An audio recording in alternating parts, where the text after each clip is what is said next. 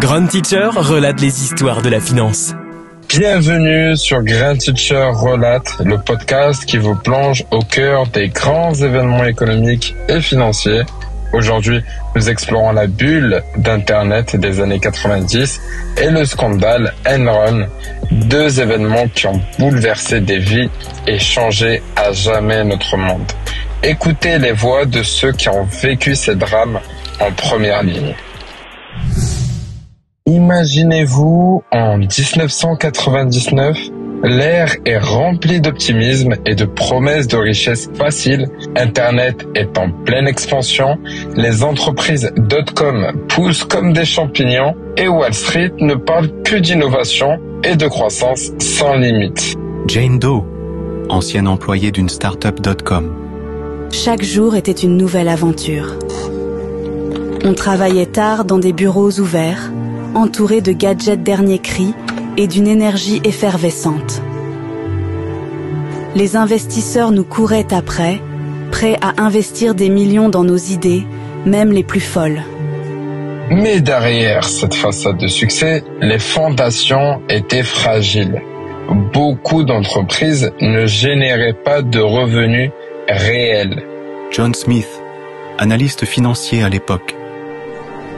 Les valorisations étaient astronomiques, déconnectées de la réalité économique. On voyait des startups lever des centaines de millions de dollars sans avoir un modèle économique viable. C'était insoutenable.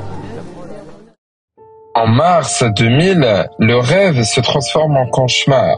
Le Nasdaq, indice emblématique des technologies, commence à vaciller. Jane Doe. Les premiers jours, on ne voulait pas y croire. On se disait que ce n'était qu'une correction passagère. Mais les ventes massives ont commencé et c'était une véritable débandade. Sarah Johnson, ancienne employée d'une autre start-up. Quand la bulle a éclaté, j'ai perdu mon emploi du jour au lendemain. Mon portefeuille d'actions, qui semblait prometteur, ne valait plus rien. J'ai vu des collègues quitter le bureau en larmes, leurs rêves brisés. Les conséquences sont dramatiques. Des milliards de dollars s'évaporent. Des milliers de personnes se retrouvent sans emploi. Et la confiance en Wall Street est profondément ébranlée. Pendant que les répercussions de la bulle d'Internet se faisaient encore sentir, un autre scandale de grande ampleur se préparait, celui d'Enron. Michael Lee, ancien cadre chez Enron. Enron était une étoile montante. On se sentait invincible. Mais en réalité, c'était une vaste supercherie. Nous utilisions des entités spéciales pour cacher nos dettes et gonfler artificiellement nos profits. C'était une course effrénée pour maintenir l'illusion. En 2001, le voile se lève sur l'ampleur des fraudes comptables. Enron s'effondre dans un fracas retentissant. Emily Turner, ancienne employée d'Enron. Le jour où tout a éclaté, c'était l'apocalypse. Les gens pleuraient. Certains ne pouvaient pas croire que tout était fini. J'ai perdu ma retraite, mes économies, tout. La trahison était immense.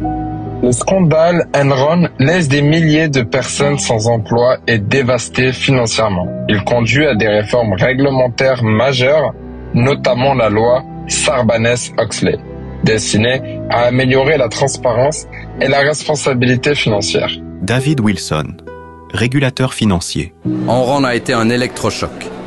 Il a révélé les failles du système et forcé une refonte complète de nos réglementations. Mais le prix à payer a été énorme, en termes de vie brisée et de confiance perdue. Les leçons de la bulle Internet et du scandale d'Enron résonnent encore aujourd'hui. Ces événements nous rappellent que derrière chaque grande promesse se cache une réalité à examiner de près. Merci d'avoir écouté Grand Teacher Relate. Nous espérons que ce voyage à travers ces moments décisifs vous a apporté un éclairage nouveau. Rejoignez-nous demain pour un nouveau podcast et n'oubliez pas de mettre un cœur en dessous de la vidéo.